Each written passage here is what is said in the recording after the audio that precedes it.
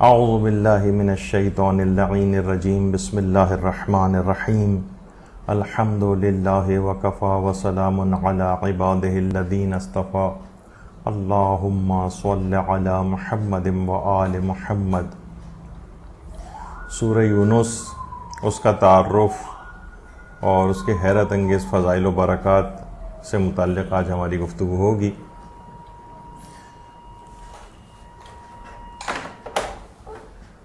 سورہ مبارک یونس قرآن مجید کا 11ویں پارے کا سورہ ہے اور ترتیب نزولی کے اعتبار سے اس کا 50واں یا 54واں نمبر ہے، یعنی نزولی اعتبار سے جب یہ نازل ہوا تھا تو یا تو 50واں یا 54واں نمبر ہے اس کا۔ البتہ جو موجودہ جمع آوری ہے اس کے اعتبار سے یہ قرآن مجید میں 10واں سورہ ہے، موجودہ جمع آوری کے اعتبار سے۔ ویسے تو سورہ یونس مکی سورہ ہے اور البتہ اس کی جو آیات 94 تا 96 یہ مدنی ہے، مکی سورہ ہے۔ جیسا کہ اس سے پہلے بھی ہم نے گزشتہ سوروں کے تعارف کے اندر یہ بات بتائی تھی کہ مکی یعنی اگر کوئی سورہ مکی ہے تو اس میں کچھ ضروری نہیں کہ تمام کی تمام آیات مکی ہوں، کچھ آیات مدنی بھی ہو سکتی ہیں، مدنی سوروں میں مکی آیات بھی ہو سکتی ہیں۔ تو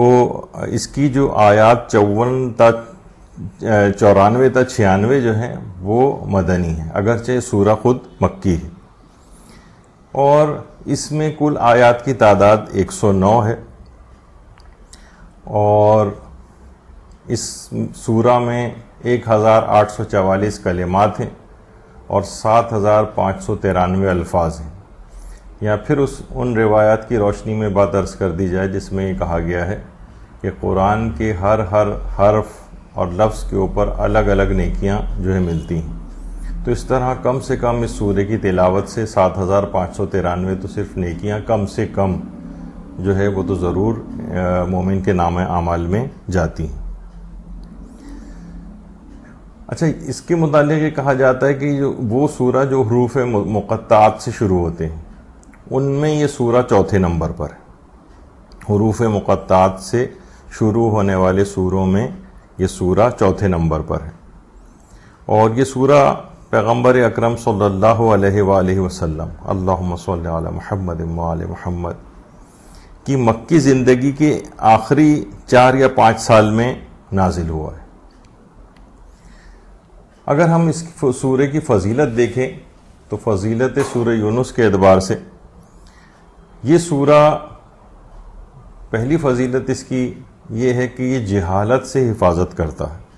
ہمارے چھٹے امام جعفر صادق علیہ السلام یہ بات ارشاد فرماتے ہیں کہ جو شخص ہر 2 یا 3 ماہ میں ایک بار، ہر 2 یا 3 ماہ میں ایک بار سورہ یونس کی تلاوت کرتا ہے تو اسے یہ خوف نہیں ہوگا کہ میں جاہل ہوں، بلکہ قیامت کے دن وہ مقربین میں سے ہوگا۔ تو اس لحاظ سے انسان کو اپنے پاس کیلنڈر میں مارک بھی کر لینا چاہیے کہ ہر 2 یا 3 مہینے میں ایک دفعہ سورہ یونس کی تلاوت کر لے، اور اس اعتبار سے کوئی بہت زیادہ طویل سورہ بھی نہیں ہے، اس کی تلاوت کرنے میں کوئی ایسی بڑی مشکل بھی حائل نہیں ہوگی۔ یعنی یہ سورہ جہالت سے حفاظت کرتا ہے، یعنی اگر کوئی شخص ہر 2 یا 3 مہینے میں ایک بار اس سورہ کی تلاوت کر لے تو اسے یہ خوف نہیں ہوگا کہ قیامت کے روز سے جاہلوں میں شمار کیا جائے، بلکہ قیامت کے دن وہ مقربین بارگاہ الہی میں سے ہوگا۔ یعنی اچھا، یہ جو روایت ہے تفسیر نور الثقلین میں بھی ہے، تفسیر صافی میں بھی ہے، تفسیر مجموع البیان میں بھی ہے، تفسیر عیاشی میں بھی ہے، ثواب الاعمال میں شیخ صدوق نے بھی اس روایت کو نقل کیا ہے۔ یعنی سورہ قیامت کے روز اس کو جاہلوں میں سے ہونے سے محفوظ رکھے گا، اور یقیناً اس کے جو دنیاوی آثار ہوں گے تو پھر اس میں یہ بھی ہوگا کہ وہ اس دنیا میں بھی انشاءاللہ جہالت سے محفوظ ہوگا اور علم اس کو پروردگار کی طرف سے عطا ہوگا۔ دوسرا اس کا فضیلت یہ ہے اور فائدہ یہ ہے کہ حضرت یونس کی قوم کی تعداد کے مساوی ثواب اس کو دیا جائے گا۔ تفسیر برہان میں، تفسیر مجموع البیان میں اور بحار الانوار میں علامہ مجلسی نے بھی اس روایت کو لکھا ہے کہ پیغمبر اکرم ختمی مرتبت صلی اللہ علیہ وآلہ وسلم ارشاد فرماتے ہیں کہ جو اس سورے کی تلاوت کرے گا اسے حضرت یونس کی قوم پر ایمان لانے والوں اور ان پر ایمان نہ لانے والے جو افراد ہوں گے، یعنی ان کی تمام امت کے برابر مساوی ثواب دیا جائے گا۔ یعنی ان کی قوم میں کچھ افراد ایسے تھے کہ جو ان پر ایمان لائے تھے، جو کچھ زیادہ تر ایسے تھے جو ایمان نہیں لائے تھے، تو حضرت یونس کی پوری قوم جو تھی، جس میں ایمان لانے والے اور ایمان نہ لانے والے دونوں شامل تھے، ان کی قوم کی تعداد کے برابر ثواب اس کو عطا کیا جائے گا، یعنی پوری امت کے برابر ثواب۔ اور امت میں بھی صرف ماننے والے نہیں بلکہ جو ان کا انکار کرنے والے تھے ان کی بھی جو تعداد تھی، یعنی کثرت ثواب اس میں روایت کے اندر بتائی گئی ہے۔ تو اس قدر عظیم ثواب ہے حضرت یونس کی قوم کی پوری تعداد کے مساوی ثواب سورہ یونس کی جو بھی تلاوت کرے گا۔ پھر اس کا ایک بہت ہی اہم فائدہ یہ ہے جس سے استفادہ کرنا چاہیے، وہ ہے کہ گھر والوں کی اصلاح کرنے والا یہ سورہ ہے۔ تفسیر برہان میں پیغمبر اکرم صلی اللہ علیہ وآلہ وسلم کی ایک روایت ہے، بیان کی گئی ہے، جو اس سورے کو لکھ کر اپنے گھر میں رکھے گا، یعنی سورہ یونس کو لکھ کر اگر گھر میں رکھے اور گھر میں موجود تمام افراد کا نام لے، تو اگر ان میں کوئی عیب ہوگا یا نقص ہوگا تو وہ ظاہر ہو جائے گا، یعنی پھر وہ اپنی اصلاح کر سکے گا۔ یعنی یہ بہت اہم بات ہے کہ جو شخص سورہ یونس کو لکھ کر اپنے گھر میں رکھے اور گھر میں موجود تمام افراد کا نام لے، اگر ان میں کوئی عیب اور نقص ہوگا تو وہ ظاہر ہو جائے گا۔ ظاہر ہونے سے مراد ہر ایک کو پتہ چل جائے گا، یہ معنی نہیں ہے، بلکہ وہ اپنی پھر اصلاح کر سکیں گے، معلوم چل جائے گا کہ خرابی کہاں پر ہے، کس طرح سے ہمیں اپنی اصلاح کرنی چاہیے۔ تو یہ بہت اہم اس لحاظ سے سورہ ہے، اور نہ صرف یہ کہ تلاوت کے اعتبار سے ثواب ہے بلکہ اس کو لکھ کر گھر میں رکھنے کا بھی ثواب ہے۔ بہت سے لوگ عموماً عام طور پر یہ سوچتے ہیں کہ فقط یعنی ان چیزوں کا کوئی فائدہ نہیں ہے اور صرف اس کو پڑھ کر تلاوت کر کے اور پھر اس کے اوپر عمل کرنے سے ہی فائدہ ہوتا ہے۔ وہ تو اپنی جگہ پر ہے جس پہ کوئی دو رائے نہیں ہے، لیکن اس کو ان سوروں کو لکھ کر گھر میں رکھنا بھی اسی طرح سے باعث خیر و برکت ہے۔ اور ان کو لکھ کر گھر میں رکھنے کے کیونکہ مختلف سورہ ایسے ہیں کہ جن کو لکھ کر رکھنے کے لیے الگ سے روایات بہت زیادہ آئیں،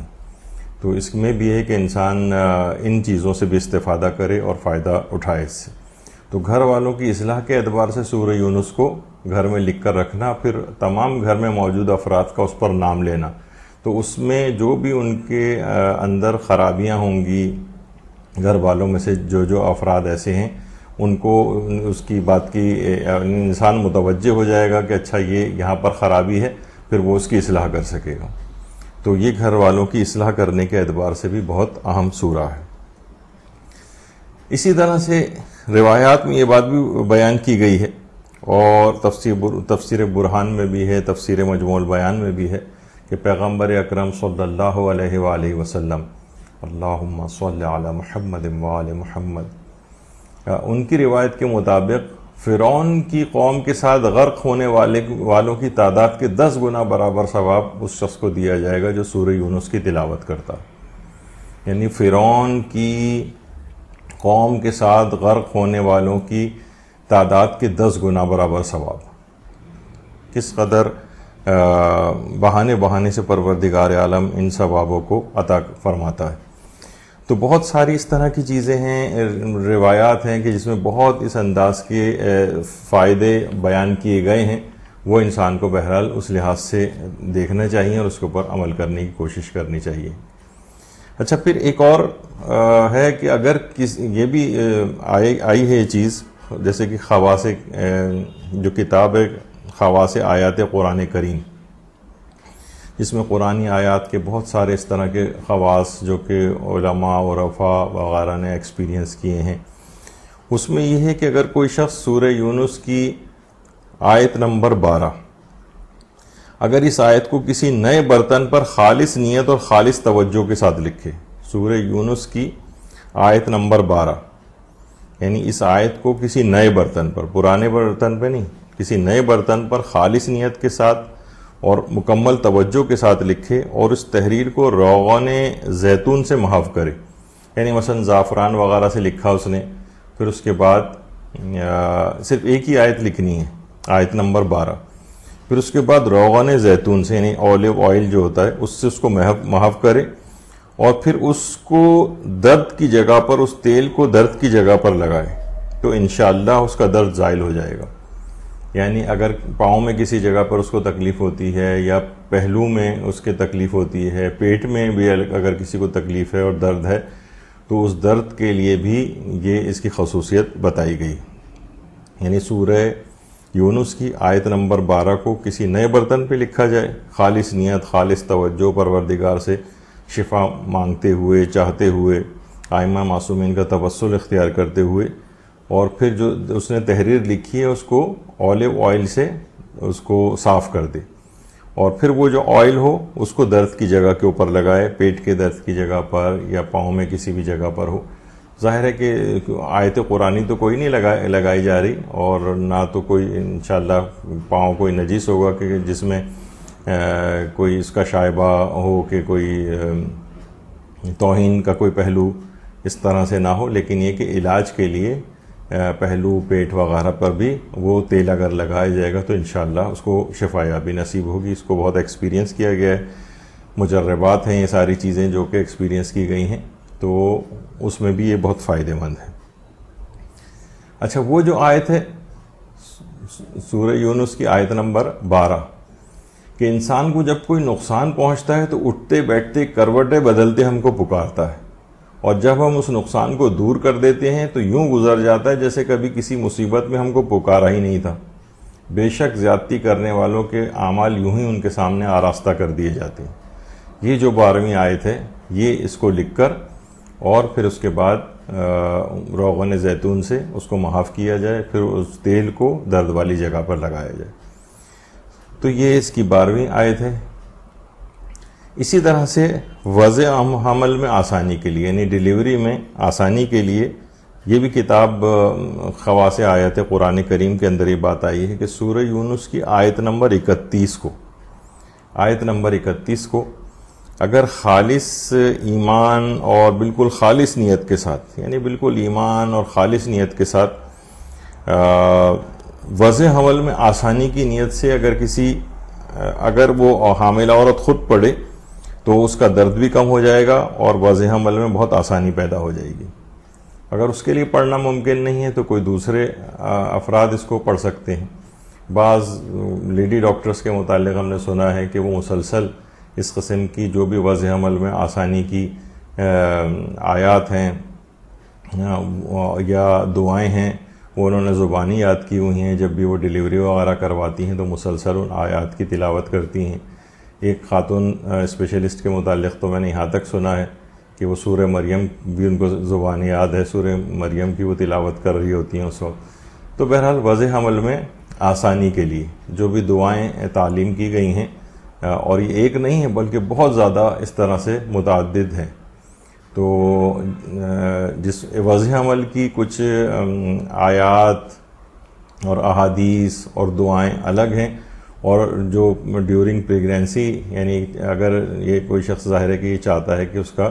یہ پریگنینسی کا عمل بغیر کسی کمپلیکیشن کے آسانی کے ساتھ یہ طے ہو جائے اور وضع حمل تک، تو اس کے بھی اعمال ہیں الگ سے بتائے گئے ہیں روایات میں. اور وضع حمل جس وقت بالکل ڈیلیوری ہو رہی ہوتی ہے اس وقت کوئی کمپلیکیشن وغیرہ نہ ہو، اس میں آسانی کے لیے بھی اس طرح سے اعمال بتائے گئے ہیں. تو بہرحال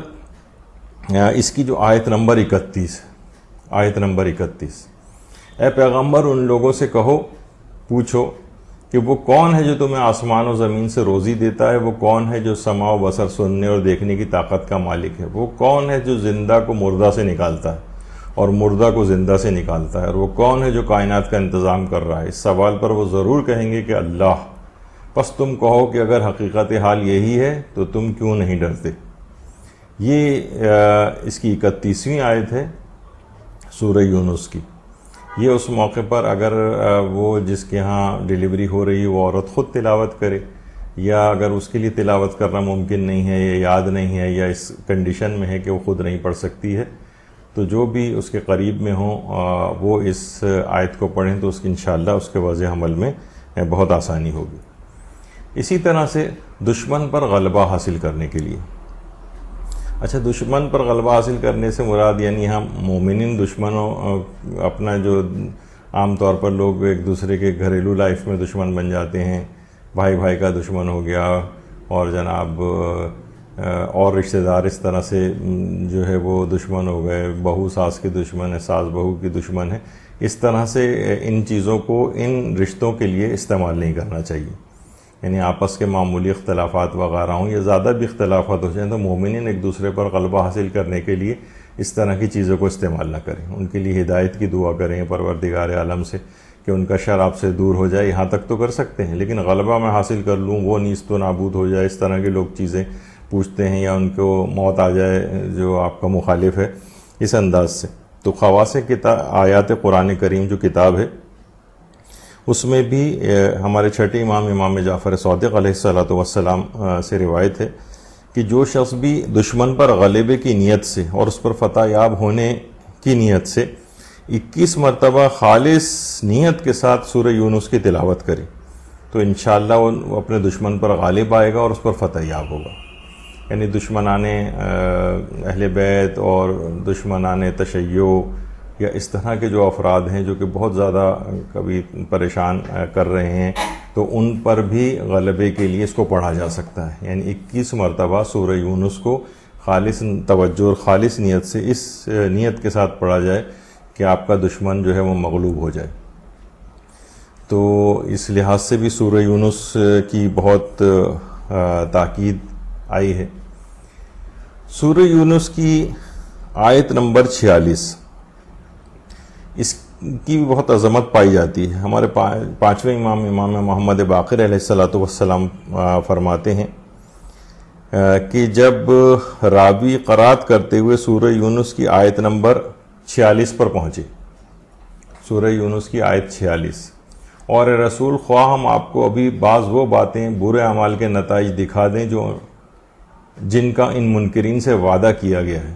کیا اس سے پہلے آپ کو دنیا سے اٹھا لیں؟ بہرحال انہیں لوٹ کر آنا تو ہماری ہی طرف ہے، پھر اللہ گواہ ہے اس پر جو کچھ وہ کر رہے ہیں۔ یہ جو سورہ یونس کی آیت 46 ہے، ان سے روایت ہے کہ جب راوی قرات کرتے ہوئے سورہ یونس کی آیت 46 پر پہنچا تو رسول اللہ نے فرمایا کہ میں حیران ہوتا ہوں کہ جب میں قرآن پڑھتا ہوں تو میرے بال سفید کیوں نہیں ہو جاتے۔ اس آیت کو پڑھنے کے یہ جو آیت نمبر 46 ہے اس کے لیے پیغمبر نے یہ بات ارشاد فرمائی۔ تفسیر نور الثقلین میں بھی ہے، تفسیر برہان میں بھی ہے، اور جیسے کہ سورہ ہود کی بھی آیت ہے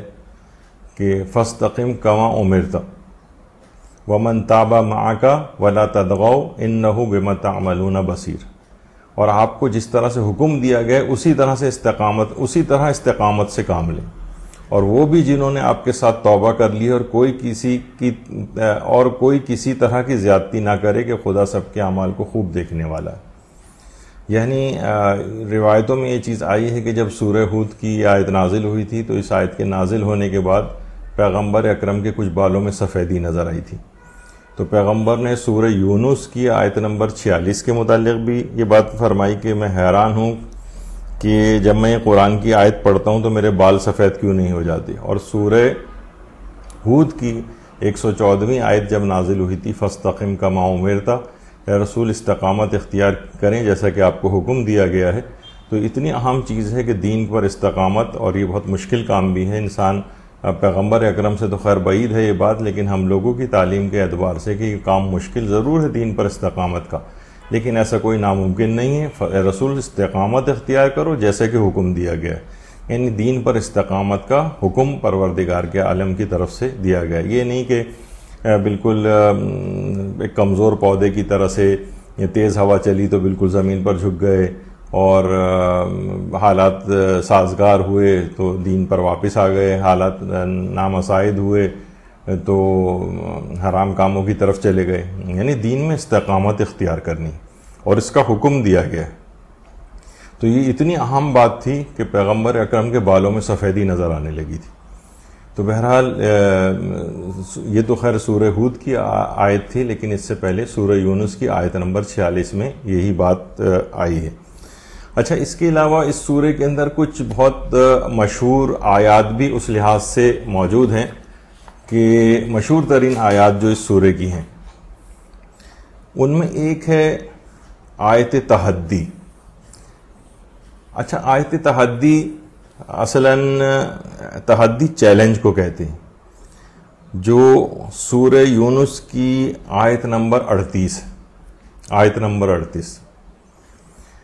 ام یقولون افتراہ قل فأتوا بسورۃ مثلہ وادعوا من استطعتم من دون اللہ ان کنتم صادقین. کیا یہ لوگ یہ کہتے ہیں کہ اسے پیغمبر نے خود گڑھ لیا ہے؟ یعنی قرآن کے متعلق پروردگار عالم کہہ رہے کہ اس زمانے میں انہوں نے کہنا شروع کر دیا تھا کہ یہ تو پیغمبر نے خود بنائی ہوئی بات ہے، اللہ کی نہیں. تو کہہ دیجئے کہ تم اس کے جیسا ایک ہی سورہ لے آؤ اور خدا کے علاوہ جسے چاہو اپنی مدد کے لیے بلا لو اگر تم اپنے الزام میں سچے ہو. یہ آیت تحدی، اس آیت کے اندر ایک چیلنج کیا گیا ہے، یعنی ایک ہی سورہ بنا کر لے آؤ. اچھا، پورے قرآن میں 5 آیات ایسی ہیں جہاں رسول اکرم نے مخالفین کو چیلنج کیا ہے. ان 5 میں سے ایک یہ آیت نمبر 38 بھی ہے سورہ یونس کی، کہ جو منکرین نبوت ان کو چیلنج دیا گیا کہ رسول اکرم کی مانند معجزات بنا کر لے آؤ. ویسے تو دیکھیے قرآن کی ہر آیت ہی ایک معجزہ ہے، اور قرآن کا ہر سورہ معجزہ ہے، اور قرآن پورا کا پورا معجزہ ہے. اور یہ چیلنج جو ہے قرآن کے معجزہ ہونے کی دلیل ہے. یعنی تمام جن و انس مل کر بھی قرآن کی مثل نہیں لا سکتے. سورہ اسراء کی آیات ہیں. اسی طرح سورہ ہود میں کہا ہے کہ تمام قرآن کی مثل نہیں لا سکتے ہو تو 10 سورتیں بنا کر لے آؤ. پھر سورہ یونس میں کہا کہ ایک چھوٹی سے چھوٹی سورہ ہی بنا کر لے آؤ، ایک چھوٹی سے چھوٹی سورہ کی مثل بنا کر لے آؤ. اچھا، یہ تمام اعلانات جو تھے یہ مکے میں ہوئے تھے، اور ہجرت مدینہ کے بعد پھر مدینہ پہنچ کر سورہ بقرہ کی آیات میں اس چیلنج کو دوبارہ دہرایا بھی گیا کہ ایک ہی سورہ بنا کر لے آؤ.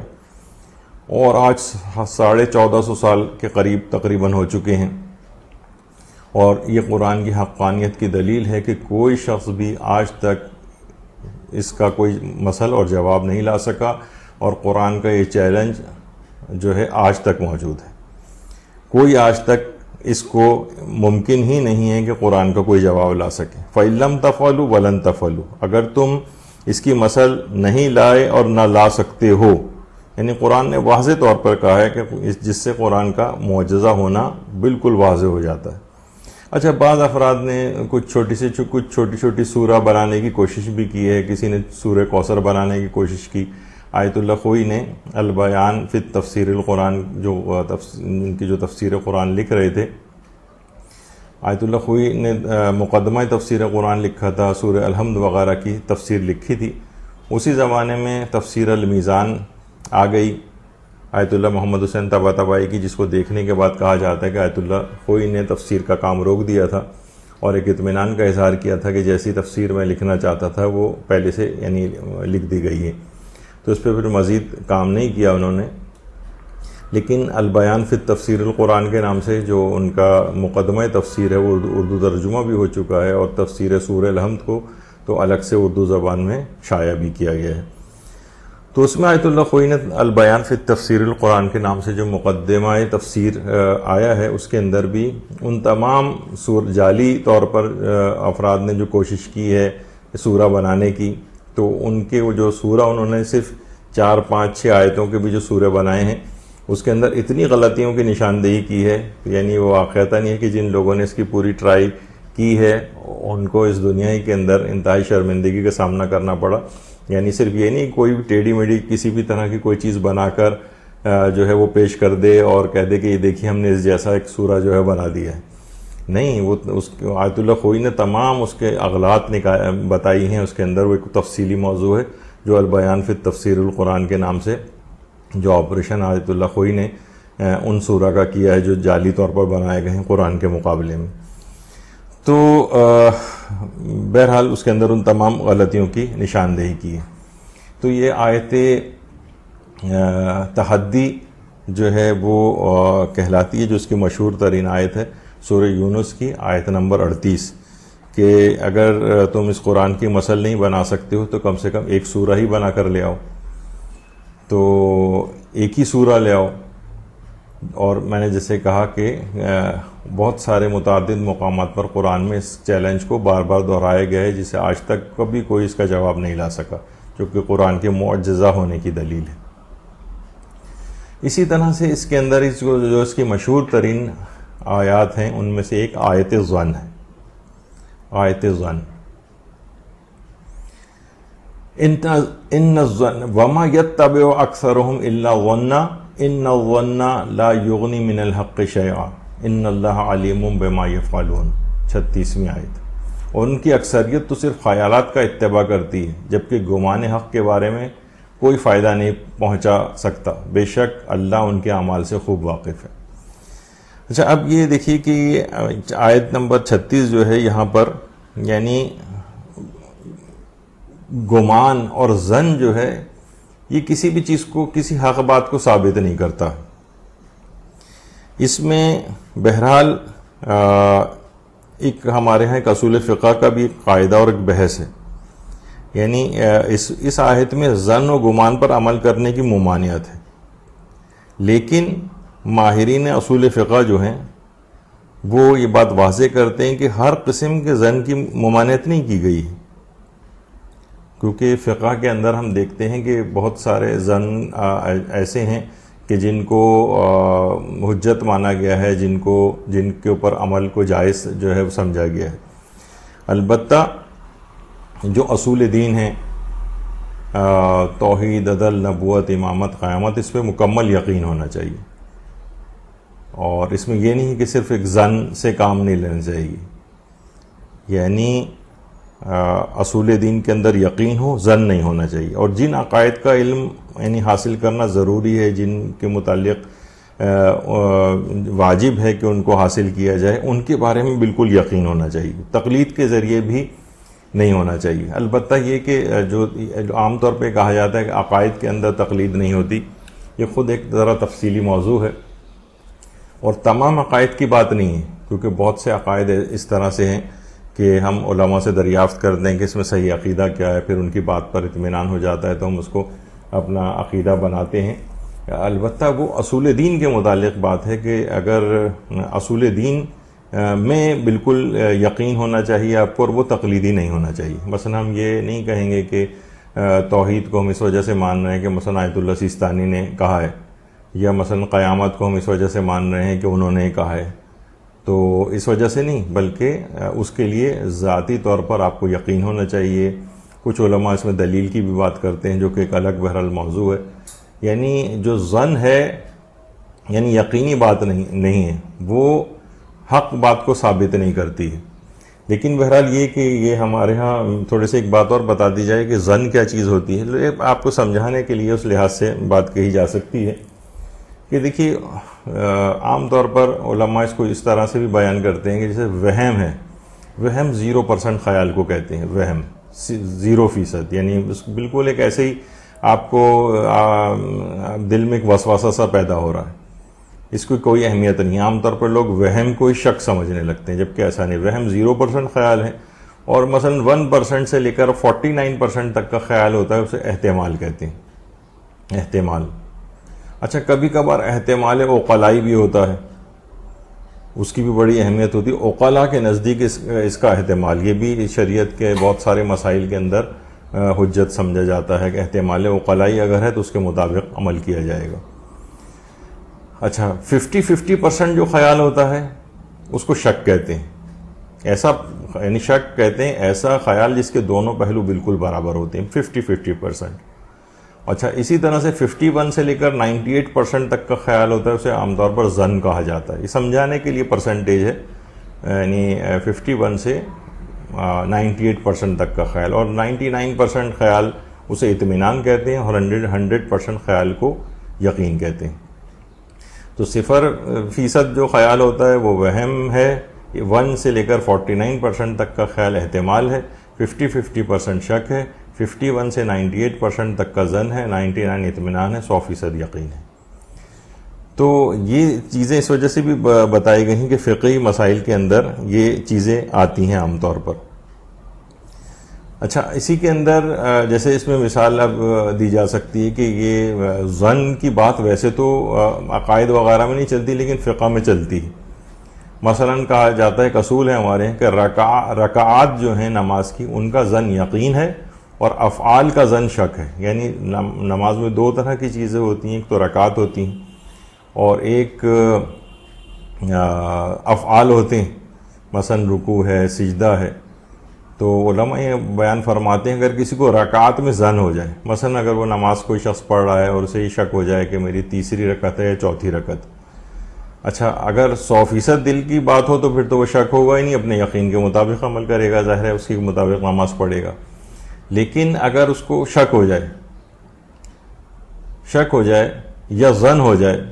کہ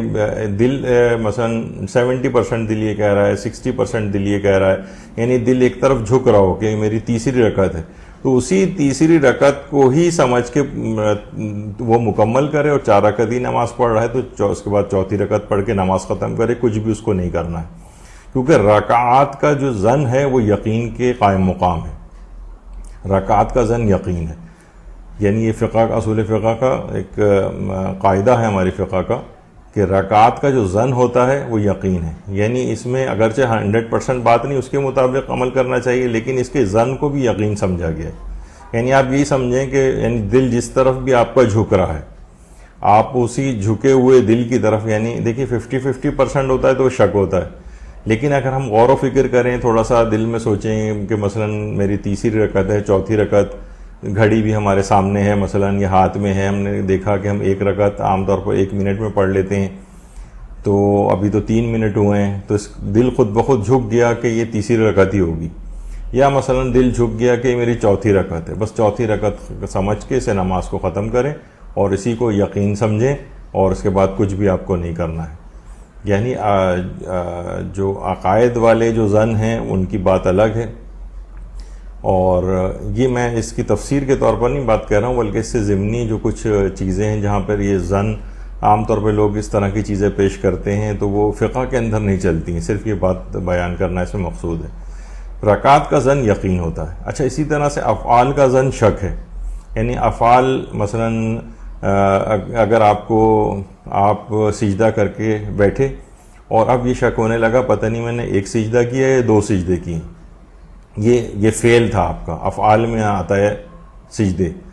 اب 2 سجدے کرنا ہے آپ کو، اب آپ کو پتہ نہیں 1 کیا ہے یا 2 کیا ہے، تو افعال کا جو ظن بھی ہے، یعنی 90% بھی دل کہہ رہا ہے، 95% بھی دل کہہ رہا ہے کہ میں نے 2 کر دی،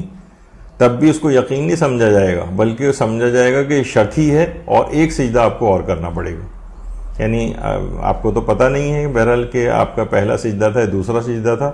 اب جو بھی آپ نے سجدہ کیا سمجھیں گے کہ 1 ہی کیا ہے میں نے اور 1 سجدہ اور کریں گے، جبکہ رکعات کے اندر الٹا معاملہ تھا، وہاں پر دل ایک طرف جھک رہا تھا تو ہم نے جھکی ہوئی بات کو ہی یقین سمجھ لیا تھا، اور یہاں جھکا ہوا افعال کے اندر جہاں دل جھک رہا ہے اور یقینی بات نہیں ہے، وہاں پر اس عمل کو دوبارہ کرنا پڑے گا۔ یعنی رکعات کا ظن یقین ہوتا ہے، افعال کا جو ظن ہوتا ہے وہ شک کے حکم میں ہوتا ہے، یعنی پھر اس کے بعد اس چیز کو دوبارہ کرنا ہوتا ہے۔ تو بہرحال یہ تمام چیزیں ایسی ہیں کہ یہ عام طور پر نمازوں کے اندر بھی چیز پیش آتی ہے۔ اسی طریقے سے قرآن کے متعلق جیسے کہا جاتا ہے کہ قرآن قطعی الصدور و ظنی الدلالہ ہے، یعنی قرآن جو ہے یعنی قطعی طور پر ایک لفظ اس کا وہی ہے جو پروردگار عالم نے نازل کیا ہے، یعنی ہم ایک چیز کے متعلق سے ایک آیت ایک حرف کے متعلق کہہ سکتے ہیں کہ یہی اعتقاد رکھنا ہے کہ یہ پروردگار عالم کی طرف سے ہے۔ لیکن ظنی الدلالہ ہے، قرآن کی بہت سی آیات ایسی ہیں کہ ہم 100% تک آیات احکام بھی ہم یہ نہیں کہہ سکتے کہ پروردگار بھی یہی کہنا چاہتا ہے جو کہ ہم سمجھ رہے ہیں، یعنی ہمارے فہم میں یہ چیز ہو سکتی ہے۔ یعنی قرآن ہے تو قطعی الصدور، یعنی ایک ایک لفظ وہی ہے جو پروردگار عالم نے نازل کیا، لیکن ظنی الدلالہ ہے. دیکھیں یہاں پہ ظن کا لفظ آ رہا ہے. یعنی اگر ہم کسی چیز کو مسئلے کو ثابت کرنا چاہیں تو بعض مسئلے ایسے ہیں کہ ہم 100% یقین کے ساتھ یہ بات نہیں کہہ سکتے کہ مراد پروردگار یہاں پر یہی ہے. بہت سی ایسی چیزیں ہو سکتی ہیں. تو فقہ میں ظن کی اہمیت ہے، اس کو قبول بھی کیا جاتا ہے، البتہ عقائد واجبہ میں ظن کی اہمیت نہیں. اچھا، اسی طرح سے ایک چیز ہوتی ہے ظن قوی، یعنی سمجھے وہی 97-98% تک کا خیال جو ہوتا ہے. اچھا دیکھیے، کسی چیز کے متعلق مثلا اگر آپ کو ظن بھی ہے، ایک ہوتا ہے شک، بلکہ ظن بھی اگر ہے، مثلا کوئی چیز سامنے ہے، 90% دل ہمارا کہہ رہا ہے کہ چیز نجس ہے، لیکن 100% ہمیں کنفرم نہیں ہے. مثلا ہم کہیں جا رہے ہیں چلتے ہوئے اور روڈ پہ پانی پڑا ہوا ہے، کچھ اس میں بو سی بھی محسوس ہو رہی ہے اور چھینٹیں اڑ کے ہمارے کپڑوں پر آ گئی، 90-95% دل کہہ رہا ہے یہ ظن ہو رہا ہے، ہم کو ظن قوی بھی ہو رہا ہے. 98%-97% خیال کہ گٹر کا پانی ہوگا، لیکن ہو سکتا ہے کہ بارش کا پانی ہو، گھر میں لوگوں نے دھلائی کی ہو، باہر پانی کئی دنوں سے پڑا ہو جس کے اندر بدبو سی محسوس ہو رہی ہو. یعنی ہم یقین سے یہ بات نہیں کہہ سکتے. ظن البتہ ہو رہا ہے، ظن قوی بھی ہو رہا ہے، تب بھی اس کو اہمیت نہیں دیں گے اور یہی سمجھیں گے وہ چیز پاک ہے. تو بہت سے فقہی احکام دیکھیے اس طرح سے ہے یہ چیز ہوتی ہے. اچھا، خبر واحد جو ہوتی ہے یہ بھی ظنی ہوتی ہے. جیسے ابھی آپ نے قرآن کے متعلق سنا کہ قرآن قطعی الصدور ہوتا ہے، یعنی ایک ایک حرف وہی ہے، لیکن ظنی الدلالہ ہے، یعنی آپ مراد پروردگار کیا یہی ہے، یہ ہم 100% نہیں کہہ سکتے. تو البتہ جو خبر واحد ہوتی یعنی جو احادیث ہیں وہ ظنی الصدور ہیں لیکن قطعی الدلالہ ہو سکتی ہیں. یعنی ہم یہ نہیں کہہ سکتے کہ ایک ایک حرف وہی ہے جو رسول یا امام نے کہا تھا، یعنی اس کا مطلب ہے کہ یہ ظنی الصدور ہے. یا مثلا ہم یہ بھی نہیں، کیونکہ یہ اس میں راوی کا اپنا کلام ہوتا ہے، راوی غیر معصوم ہوتا ہے، اس سے غلطی بھی ہو سکتی ہے، ہو سکتا ہے الفاظ یہ نہ ہو، راوی کے اپنے الفاظ مکس ہو گئے ہوں. بہت سی روایات ایسی ہیں البتہ جن کو حدیث متواترہ کہا جاتا ہے. حدیث متواتر، من کنت مولا فعلی مولا، من کنت مولا فہذا علی مولا، یہ حدیث متواتر لفظی کہلاتی ہیں. یعنی اتنی کثرت کے ساتھ لوگوں نے ان الفاظ کو نقل کیا ہے کہ ان کا اتنے سارے لوگوں کا ایک جھوٹ پر جمع ہونا ناممکن ہے. تو لیکن ویسے دیکھا جائے تو وہ ظنی الصدور ہے، ظنی الصدور ہے، ظنی الصدور ہے لیکن قطعی الدلالہ، یعنی ہم امامت کی دلائل کے طور پر اس کو جو ہے وہ پیش کرتے ہیں. اچھا، جو ظن غالب ہے بہرحال اس کو ملحق و یقین کا جو ہے درجہ دیا جاتا ہے. تو بہرحال کافی اس کے اندر اصول فقہ وغیرہ کی بحثیں آ جاتی ہیں، راوی کے اپنے الفاظ وغیرہ بھی اس کے اندر شامل ہو جاتے ہیں. اچھا، بعض اوقات دیکھیے یہ بھی ہوتا ہے کیونکہ ظاہر قرآن کی باتیں آ رہی ہیں تو بہت سے مباحث کی طرف سے فقط اشارہ کر رہے ہیں، کوئی اس کا حل تو نہیں کر رہے ہیں اس کو. وہ یہ ہے کہ قرآن میں حدیث متواتر یا حدیث صحیح کے ذریعے قرآن کی آیت کے دائرے کو محدود بھی کیا جا سکتا ہے. اس پہ بھی علماء کے کافی بحثیں ہیں. مثلا یوصیکم اللہ فی اولادکم، یعنی خدا تم کو وصیت کرتا ہے کہ اپنی اولاد کو میراث دو، یعنی جس کا مطلب ہے ساری اولاد کو میراث دینی ہے. یہ قرآن کی آیت آ گئی، لوگ آیت کو پیش کرتے ہیں، لیکن مثلا حدیث آ گئی لا یرث الکافر بالمؤمن، یعنی کافر بیٹے کو میراث نہیں ملے گی. اچھا، ادھر قرآن کہہ رہا ہے کہ سب کو میراث ملے گی، حدیث کہہ رہی ہے کہ بیٹا اگر کافر ہو جائے تو کافر جو ہے وہ مسلمان کی میراث نہیں پاتا ہے. اس کا مطلب اس حدیث نے آگے جا کر قرآن کی آیت کے دائرے کو، آیت کو کینسل نہیں کیا ہے معاذ اللہ، قرآن کی آیت کے دائرے کو محدود کر دیا کہ سب کو میراث ملے گی لیکن اس کافر بیٹے کو میراث نہیں ملے گی. یا مثلا قاتل بیٹے کو میراث نہیں ملے گی. قرآن کہہ رہا ہے کہ اپنی اولاد کو میراث دو، اور حدیث میں آیا کہ قاتل بیٹے کو میراث نہیں ملے گی. یعنی بیٹے نے اگر باپ کو قتل کر دیا ہے، یعنی کوئی اور قتل نہیں، یعنی بیٹے نے اگر اپنے باپ کو قتل کر دیا ہے اور وہ آ کر کہے کہ بھائی میں اب میراث میں مجھے باپ کی میراث ملنی چاہیے، تو نہیں، حدیث کے اندر یہ آ گیا کہ قاتل کو میراث نہیں ملتی، یعنی وہ بیٹا کہ جس نے اپنے باپ کو قتل کیا. تو یہاں پر بہرحال ایک بحث ہے کہ جو حدیث ظنی الصدور ہے اور قرآن جو ہے وہ قطعی الصدور ہے، تو ایک ظنی الصدور قطعی الصدور میں تخصیص کیسے کر سکتی ہے؟ خیر یہ بڑے علماء کی بحثیں ہیں. بہرحال ان کے نتیجے کچھ یہ ہیں کہ حدیث متواتر اور حدیث صحیح جو ہے وہ قرآن کی آیت میں یعنی اس کے دائرے کو محدود کر سکتی ہے، کیونکہ قرآن بھی ظنی الدلالہ ہے، خبر واحد بھی ظنی الدلالہ ہے. تو بہرحال اس میں پھر علماء کی بحثیں وغیرہ ہیں. تو آپ نے دیکھا کہ بہرحال یہ ایک صرف ظن کی ایک بحث ہے، اور اس میں پورے علماء نے اصول فقہ کے کتنے قواعد اس کے اندر اس میں بحث ہوتی ہے. اس لحاظ سے وہ افراد جو کہ صرف قرآن کے ظواہر کو صرف ظاہری آیت کا ترجمہ دیکھ کے مسائل کو خود سے ہی اخذ کر رہے ہوتے ہیں، تو ان کے لیے کتنی ایک آگ سے کھیلنے والی بات ہے کہ اس میں کتنی پیچیدگیاں بھی ہیں، اس میں دوسری روایات اور احادیث میں قوانین اصول قواعد پائے جاتے ہیں. تو لہٰذا ایک اجتہادی معاملات ہیں اس کے اندر، جس میں قرآن کو بھی لیا جاتا ہے. لوگ قرآن بس براہ راست پڑھ کے خود سے جو مسائل اخذ کرتے ہیں، یہ بالکل غیر صحت مندانہ قسم کا ایک رویہ ہے جس کی مذمت کی جانی چاہیے. عام لوگوں کے بس کی بات نہیں ہے کہ وہ احکام کو اس طرح سے قرآن سے نکالیں. اس میں بہت پیچیدگیاں ہیں، ایک لفظ کے اوپر بحث ہوتی ہے، اس سے ٹکرانے والی بہت ساری چیزیں دیکھی جاتی ہیں، احادیث دیکھی جاتی ہیں. پھر دیکھا جاتا ہے یہ چیز قرآن سے ٹکرا بھی رہی ہے نہیں ٹکرا رہی ہے. بعض اوقات ہم سمجھ رہے ہوتے ہیں کہ ٹکرا رہی ہے، لیکن وہ ٹکراؤ نہیں ہوتا. بہت سے لوگ یہ بات کرتے ہیں کہ جناب وہ حدیثیں جو قرآن سے ٹکرائیں ان دیوار پر دے مارنا چاہیے، حدیثیں پیش کرتے ہیں. لیکن اصلاً وہ ان کا فہم ہوتا ہے جو وہ ٹکراؤ کو محسوس کر رہا ہوتا ہے، وہ قرآن سے ٹکرا نہیں رہی ہوتی. جیسے یہی ہے کہ اپنی اولاد کو میراث دو، اور وہ استثناء بیان ہو رہا ہے روایت کے اندر کہ کافر کو نہیں ملے گی اور قاتل کو نہیں ملے گی. اب یہاں پر ٹکراؤ نہیں ہے،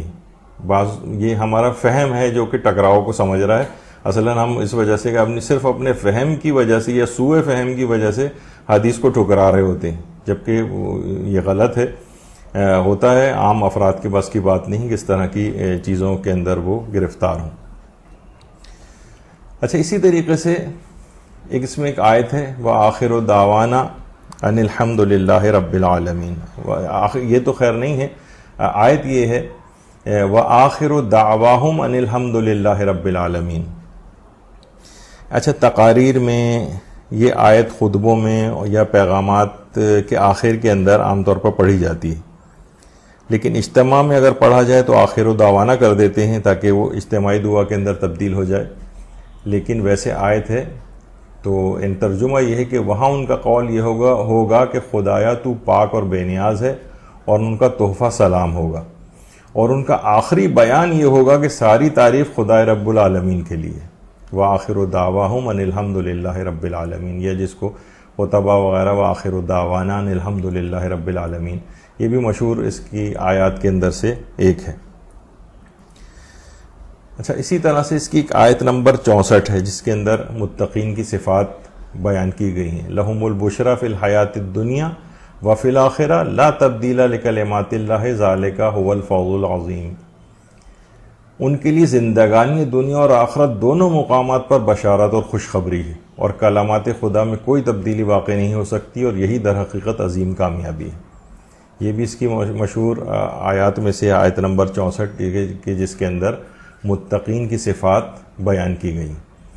یعنی انسان تقوی و پرہیزگاری کو اختیار کرے تو کیا ہے کہ زندگانی دنیا اور آخرت دونوں مقامات پر بشارت اور خوشخبری اس کے لیے ہوگی.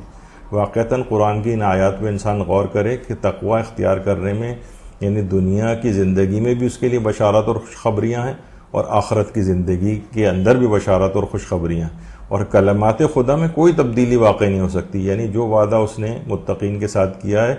وہ ضرور اس کو پورا کرے گا، اور یہی در حقیقت عظیم کامیابی ہے. کامیابی یہ نہیں ہے کہ ہم فقط یہاں دنیاوی طور پر کچھ چیزوں کو، عہدوں کو یا کسی مقام اور مرتبے کو حاصل کر لیں، بلکہ اصل کامیابی یہ ہے کہ انسان آخرت کے اندر کامیاب ہو جائے، بلکہ دنیا کی حیات میں بھی کامیابی ہو. یعنی نہیں کہ یہاں پر اسی طرح سے اس کو قسم پرسی کی حالت میں رہنا ہے اور بس وہ کہے کہ ہر وقت بس میں نماز و روزہ ہی کر رہا ہوں. نہیں، دنیا بھی بہترین گزارے اور آخرت میں بھی اس کو کامیابی ملے، یہ ہے اصلاً اور عظیم کامیابی. اگر یہاں پر کچھ سختیاں، پریشانیاں اور کچھ چیزیں اس کو ایسی جھیلنی بھی پڑ جائیں کہ مکمل دنیا حاصل نہیں ہو سکے، تب بھی آخرت تو انشاءاللہ اس کو مکمل حاصل کرنے کی کوشش کرنی چاہیے. اصلاً فوز العظیم، عظیم ترین کامیابی ہے. اس کو انسان کو سمجھنا چاہیے، یہ اس آیت کا۔ پھر اس کے علاوہ اس میں جو اس کی آیت نمبر 15 ہے کہ اور جب ان کے سامنے ہماری آیات کی تلاوت کی جاتی ہے تو جن لوگوں کو ہماری ملاقات کی امید نہیں ہے وہ کہتے ہیں کہ اس کے علاوہ کوئی دوسرا قرآن لائیے یا اس کو بدل دیجئے، تو آپ کہہ دیجئے کہ مجھے اپنی طرف سے بدلنے کا کوئی اختیار نہیں ہے، میں تو صرف اس امر کی اتباع کرتا ہوں جس کی میری طرف وحی کی جاتی ہے، میں اپنے پروردگار کی نافرمانی کروں تو مجھے ایک بڑے عظیم دن کے عذاب کا خوف ہے۔ یعنی اس طرح کی جو یہ آیات ہیں اس کے اندر پیغمبر اسلام کو بعض افراد تھے کہ جو اس طرح سے کہا کرتے تھے کہ قرآن کے اندر جو ہے وہ، یعنی جب پیغمبر اسلام اکرم قرآن کی تلاوت فرماتے تھے تو لوگ اسے قبول نہیں کرتے تھے اور کہتے تھے کوئی اور قرآن لے آؤ یا اس قرآن کو تبدیل کرو۔ پیغمبر اکرم فرماتے تھے کہ یہ بات میرے اختیار میں نہیں ہے، اگر میں اپنے پروردگار کی نافرمانی کروں گا تو میں تو عذاب میں مبتلا ہو جاؤں گا۔ کہا روایات میں بات ملتی ہے کہ آیت اس وقت نازل ہوئی کہ جب عبداللہ ابن ابی جو مشہور منافق تھا اور ولید ابن مغیرہ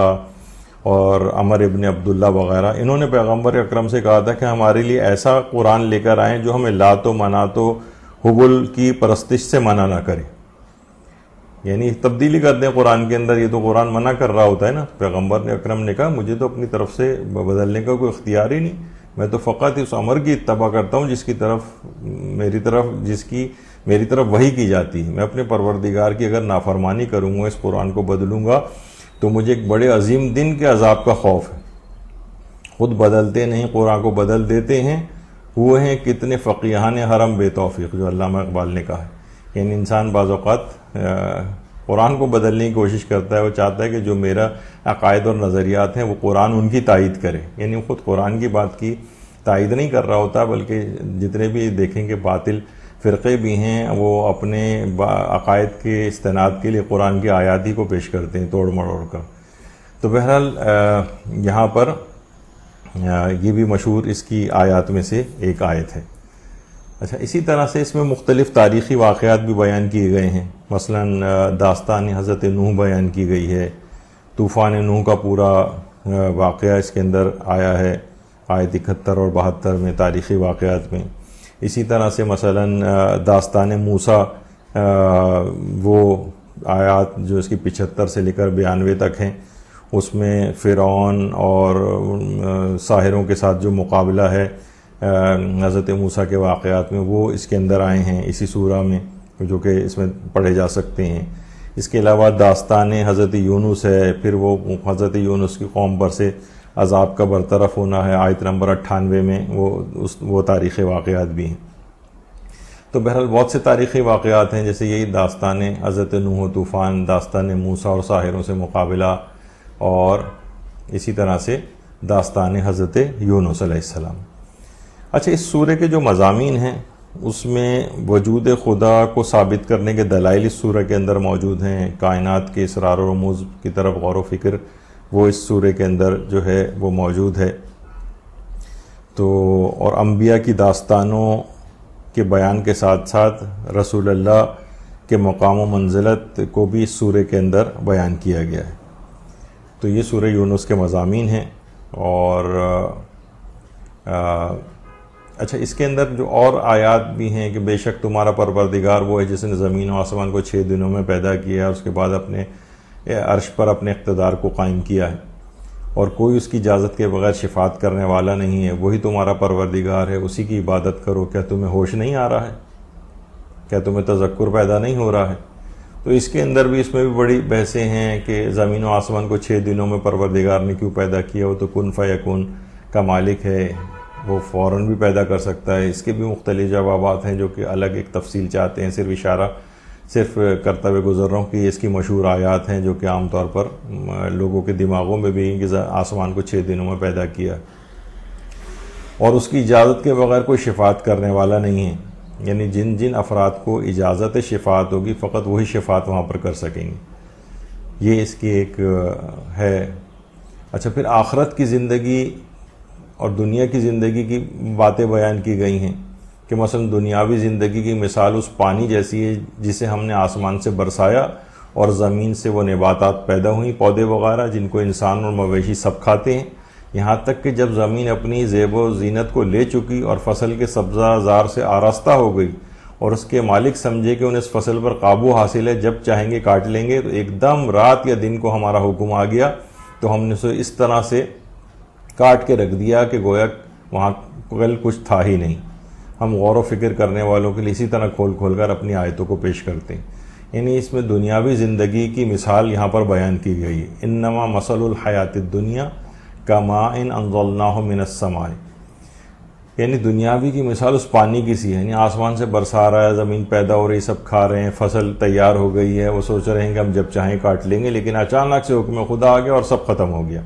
تو اس دنیاوی زندگی کو اس طور پر دیکھنا چاہیے، انسان ہمیشہ اپنی موت اور آخرت کو یاد رکھے، اور ایسا نہ ہو کہ وہ بس دنیا ہی کے اندر منہمک ہو کر رہ جائے۔ بظاہر سب چیزیں بالکل ٹھیک ٹھاک چل رہی ہوتی ہیں اور اچانک سے کوئی ایک مصیبت آ جاتی ہے، اچانک سے ایسی بیماری میں مبتلا ہو جاتا ہے، اچانک سے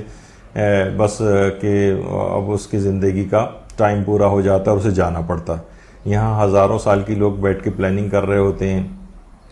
اور بوڑھے بھی ہیں، وہ بھی سوچ رہے ہوتے ہیں کہ بھی ہم 100-150 سال تک اور مثلا زندہ رہیں گے۔ تو یہاں ہر وقت انسان اپنے